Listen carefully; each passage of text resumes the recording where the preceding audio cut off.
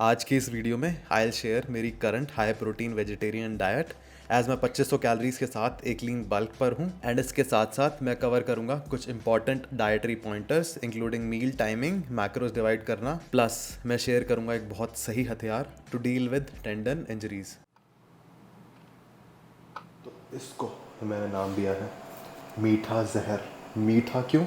क्योंकि इसमें दुनिया भर के माइक्रोज हैं और माइक्रोज आर इक्वली या फिर इवन ज़्यादा ज़रूरी दैन मैक्रोज। और जहर ऑब्वियसली क्योंकि इसमें है आंवला, करेला और तीसरा and the tastiest aloe vera juice. और ये जब तीनों मिक्स कर लो तो फिर वो जहर ही है टेस्ट वाइज। अब एक बात और, ये जो सुबह 1 लीटर पानी मैं पी रहा हूँ ना, इसका मतलब ये नहीं है कि उठे किचन में गए और 1 लीटर पानी बॉटम अप।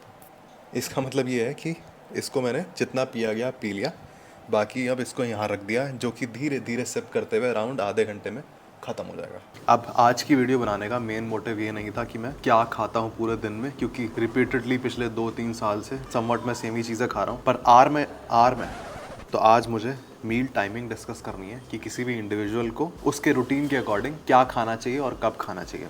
एक घड़ी बना देते हैं इधर। सबसे पहले इंपॉर्टेंट मील्स मार्क कर लेते हैं जिनकी टाइमिंग चेंज नहीं हो सकती। पहली प्री वर्कआउट 1 बजे, क्योंकि मैं 2 बजे जाता हूँ जिम। दूसरी मील होगी अगर मैं आज की तरह 5 बजे उठा तो 6:30 या 7 बजे। तीसरी इंपॉर्टेंट मील पोस्ट वर्कआउट जो होगी वर्कआउट के 2 से 2.5 घंटे बाद, जो हुआ अराउंड 4:30 या 5 बजे। अब 3 मील तो हो गई फिक्स। अब बात करते हैं डिनर की। अगर मैं 5 बजे उठ रहा हूँ तो मैं अराउंड 8 बजे खाना खाऊंगा। 8 बजे हो गया डिनर। अगर देखें तो ब्रेकफास्ट और प्री वर्कआउट मील में बहुत गैप आ गया, तो वहाँ पे भी एक मील डाल दूंगा। तो इन टोटल हो गई अभी तक के 5 मील, प्लस एक बेड टाइम स्नैक खाता हूँ मैं, वो मैं बताता हूँ क्यों। तो ऑलमोस्ट 10 बज गए हैं मील नंबर 2 का टाइम। तो अभी मैं डिस्कस करूँगा कि कैसे मैं अपने मैक्रोस डिवाइड करता हूँ थ्रू आउट द डे। अब ऑब्वियसली हर मील का बैलेंस होना ज़रूरी है, उसमें प्रोटीन, कार्ब्स और फैट्स तीनों की क्वांटिटी होनी चाहिए। पर अब ये जो 10 बजे वाली मील है ना, इसके पहले या इसके बाद मुझे कुछ एज सच फिजिकल एक्टिविटी नहीं करनी। तो इस मील में मैं क्या करूँगा, प्रोटीन कंटेंट अच्छा रख के, फैट कंटेंट अच्छा रख के, माइक्रोज अच्छे रख के, कार्ब्स पे एज सच ध्यान नहीं दूंगा। और वैसे भी मैं फैट्स को कार्ब्स से ज़्यादा प्रायोरिटाइज करता हूँ। चलो। और मीनवाइल मैंने सोयाबीन बॉईल कर दी, स्वीट कॉर्न निकाल के रख दिया और चावल भिगो के रख दिया नेक्स्ट मील के लिए। और 10 ग्राम क्रिएटिन भी ऑलरेडी मिक्स करके रख लिया है। समझ नहीं आ रहा क्या बोलूँ, काट लेता हूँ चुपचाप। पहला ingredient of this meal 73 grams of अनार। और ये 73 ग्राम डिसाइडेड नहीं था, जितना अनार में छिल गया उतना खाना है, इसलिए पहले मैंने इसको डाल लिया ताकि इसी कैलोरीज काउंट करके हम बाकी आइटम में से कम कर दें अपनी टोटल कैलोरीज के अकॉर्डिंग। 83 कैलोरीज होती हैं 100 ग्राम में। 83 इंटू 0.73 60.59। दूसरा आइटम है सनफ्लावर और पंपकिन सीड, और इन दोनों का मैं टोटल 15 लेता हूँ, जिसमें हो गई 86.4 कैलोरीज। अगर इसमें फ्रूट मैंगो होता या कोई और होता तो मैं मैंगो फ्लेवर लेता, बट इसके साथ क्या बोलते हैं इसको, अनार के साथ स्ट्रॉबेरी फ्लेवर बहुत तगड़ा जाता है। तो 25 ग्राम प्रोटीन में हमारे पास कैलोरी है 96.3। अब ये जो वैल्यू आई, पसीने आ रहे हैं, इसको माइनस कर देंगे हम 416 से। अब ये 416 कहाँ से आया? जो मील्स मैं अभी तक खा चुका हूँ या खाने वाला हूँ, उनकी कैलोरीज पहले मैंने सारी ऐड करी, क्योंकि मैं उनकी क्वांटिटी कम ज़्यादा नहीं करना चाहता।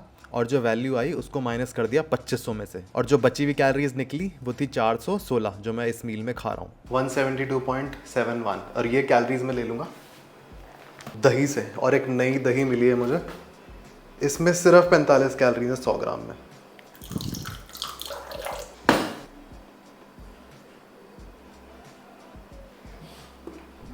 तो अब कुछ लोग सोच रहे होंगे इतना सफ़ेद सफ़ेद क्यों हो रहा है, ये नहीं सोच रहे होंगे कुछ लोग सोच रहे होंगे कि पहली मील में भी मैंने वे प्रोटीन खाया, दूसरी में भी खा रहा हूँ। तो देखो, तो पहली बात, मैंने दोनों ही मील में पूरा स्कूप ऑफ वे लिया ही नहीं, मैंने 25 ग्राम ही लिया था। इन शॉर्ट मैं पूरे दिन में 2 ही स्कूप ऑफ वे प्रोटीन खा रहा हूँ, बट उसको 3 पार्ट में डिवाइड करके। एंड प्रोटीन के बारे में तुम्हें ऑलरेडी पता ही है, दिस इज़ न्यूट्राबे का ट्राइब्लेंट। पिछले 2 साल से यूज़ कर रहा हूँ ये brand, amazing product, amazing brand, and result pump के बाद दिखाता हूँ। तो न्यूट्राबे के इस प्रोडक्ट का लिंक और एक डिस्काउंट कोड मिल जाएगा इन डिस्क्रिप्शन, तो चेकआउट कर लेना। अब ये इतना टेस्टी बन जाता है ना ये सब फूड आइटम डाल के इसमें, एज सच कंपेयर नहीं कर सकते इसको, पर फिर भी अगर मुझे केक या और कोई सी मीठी चीज़ हो गई, कुछ भी ऑप्शन मिलेगा ना, मैं फिर भी इसको ऑप्ट करूँगा क्योंकि स्वाद ही इतना है।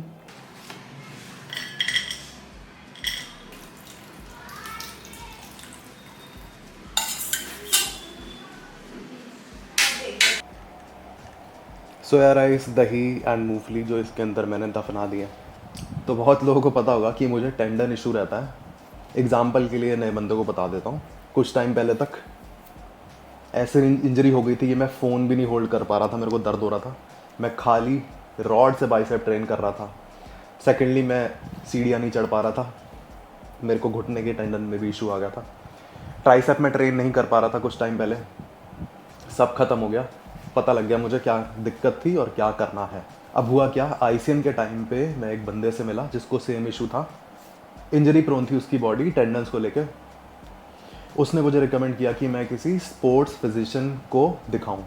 वो मैंने कर लिया। मैं 2 के पास गया तसल्ली के लिए, क्योंकि पहले बंदे ने मुझे बोला कि ऐसा कुछ होता नहीं है, दूसरे ने भी यही बोला ऐसा कुछ नहीं होता है। और जो मेडिसिन और जो भी ट्रीटमेंट वो रिकमेंड करते हैं मैं ऑलरेडी करके देख चुका हूँ।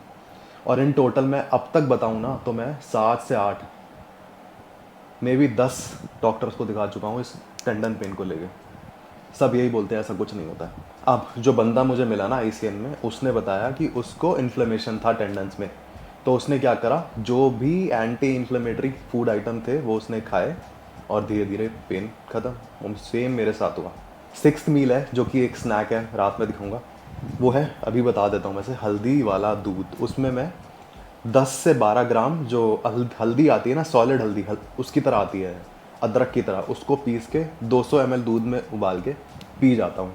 और जिस रात मैंने पिया ना, उसके अगले दिन ही सुबह दर्द ख़त्म। तो मैंने तो रूटीन में ऐड कर लिया हल्दी वाला दूध। अराउंड 1 हफ्ता हो गया मेरे को पीते हुए, और मैं तो नहीं छोड़ने वाला इसको। और इसीलिए अब I am planning to compete. Planning मतलब पता नहीं, क्योंकि बॉडी बहुत सही रिस्पॉन्ड कर रही है आजकल। पम्प्स तगड़े आ रहे हैं, लिफ्ट सही जा रही हैं, बट आज नहीं दिखा पाऊंगा क्योंकि it's a leg day. Recovery के लिए या फिर वैसे भी in general joint issue, tendon issue रहता है ना, मैं तो रिकमेंड करूँगा हल्दी लाओ बाहर से। तो मैं दिखाता हूँ, रुको ला के दिखाता हूँ। ये देखो, मैं 1 पाव लाया था, आधी मैं पी चुका हूँ, आधी बची है। तो मैं तो भाई रिकमेंड करूँगा 100%, क्योंकि जादू की तरह काम किया। रात को पिया, सुबह बेनिफिट दिख गया, और क्या ही चाहिए। तो आज एक क्वाड फोकस्ड लेग डे है। तो प्लान क्या है, इन टोटल मैं 5 एक्सरसाइजेस करूँगा, और किसी को ट्रेनिंग वॉल्यूम ज़्यादा लग रहा है तो मैं 2-2 सेट्स ही लेने वाला हूँ हर एक्सरसाइज में। अब बिना इन जूतों के क्या होता था, स्क्वाट लगाने नीचे बैठता था ना तो पूरा ही झुक जाता था, और रैप को कंप्लीट करने में ना क्वाड से ज़्यादा पूरा लोअर बैक बोल जाता है। लास्ट वार्म अप है। अब एज तुमने सैम सुलेक को भी देखा होगा, माइक लगाया ना, हाँ, वो नीचे प्लेट लगा के स्क्वाट्स मारता है, और वो ना घुटने भी, मतलब उसका जो स्टांस रहता है ना वो बहुत ही नैरो रहता है। तो वो ये चीज़ इसलिए ही करता है ताकि उसका क्वाड इन्वॉल्वमेंट बढ़ जाए, और कुछ नहीं। तो मैं उतना नैरो रख के तो नहीं मार सकता, क्योंकि वो प्रपोर्शन वाली चीज़, और मेरे जॉइंट बोल जाएंगे भाई, सीधी बात है।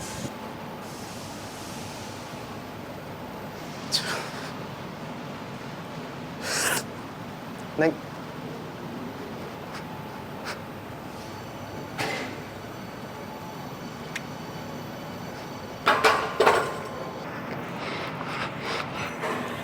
स्क्वाट से बड़ा टास्क होता है स्क्वाट लगाने के इमीडिएट बाद बेल्ट उतारना।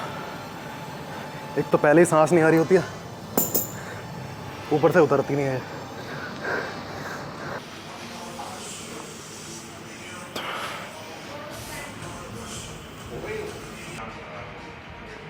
नो,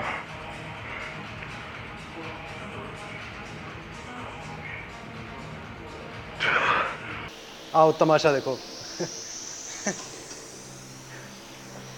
इस मशीन को मैं सेल्फ टॉर्चर मशीन बोलता हूँ। ऑल्दो लेग्स की सारी एक्सरसाइज ही अपने आप में एक चैलेंज है, पर ये अलग ही लेवल पे है, क्योंकि तुम रेप्स लगाते रहो, होता क्या है, पेन हर रेप के साथ एक्यूमुलेट होता रहेगा, दर्द होता रहेगा, बट फिर भी रेप्स लगते रहेंगे और उस फटी में रेप्स लगाने का और मज़ा आता है। और मेरी आवाज़ बैठ गई है एक्सरसाइज कर करके। एक सेट में इसका ले चुका हूँ, सेट नंबर 2। भाई एक सेट लगाने के बाद इमीडिएट बाद डाउट आता है, सेकंड डाउट। लेग्स की ना हर एक्सरसाइज के इमीडिएट बाद सेकंड थॉट आता है कि यार दूसरा सेट नहीं लगाते, बहुत हो गया है, पर क्या करें।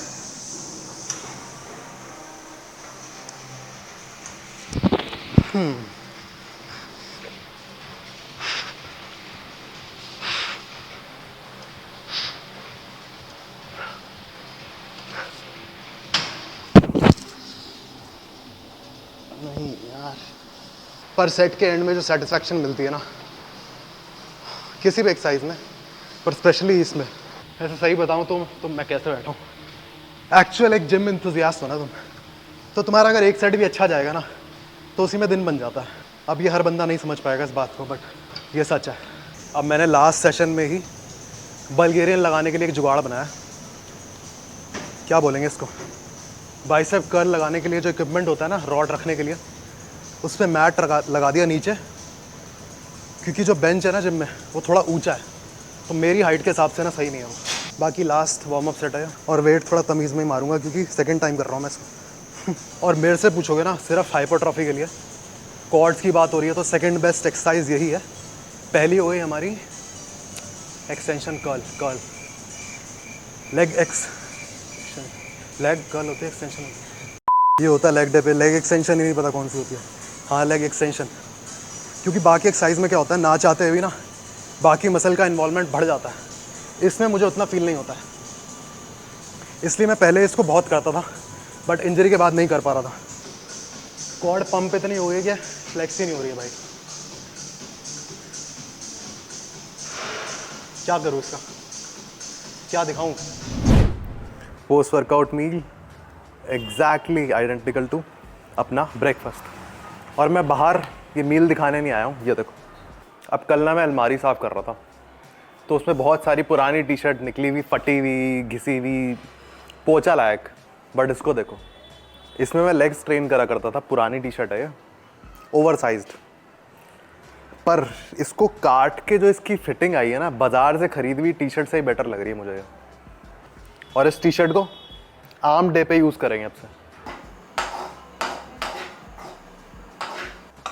अब मील को प्री प्लान करने का ना ये फ़ायदा तो है कि चीट का ऑप्शन ना ख़त्म हो जाता है, क्योंकि अभी मेरा बिल्कुल भी मन नहीं कर रहा है सोया राइस खाने का, पर क्योंकि ये ऑलरेडी बने हुए रखे हैं और ये ख़राब हो जाएंगे, ये सोच के खाना ही पड़ेगा, तो बढ़िया। बाकी ये मील एकदम आइडेंटिकल होने वाली है मील नंबर 2 से, जो थी क्या, यही है, सोया राइस विद 150 ग्राम ऑफ दही और 15 ग्राम ऑफ मूंगफली। एक काम करो, इसको छोड़ो, हल्दी वाला हैक दिखाता हूँ। हल्दी की पोटली, तो इसमें से मैं कोई भी एक टुकड़ा ले लूँगा और इसको मैं धो लूँगा।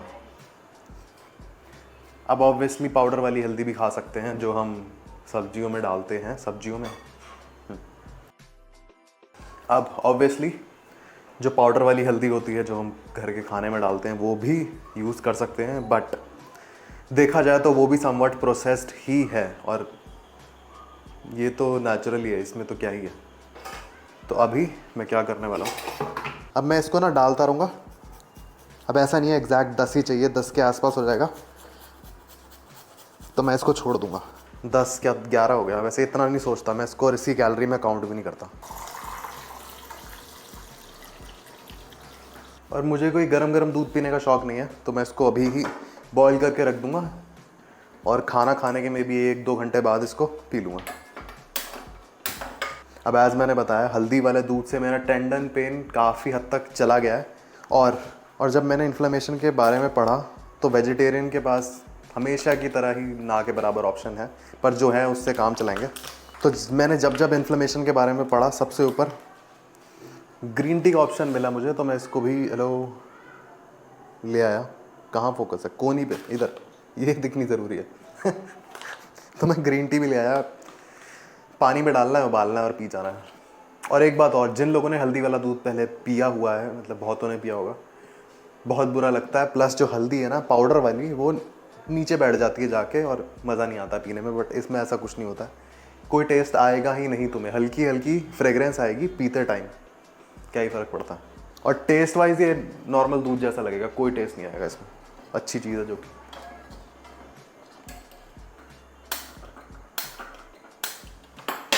सिलेंडर ख़त्म हो गया मम्मी सिलेंडर पड़ा है, ख़त्म हो गया है।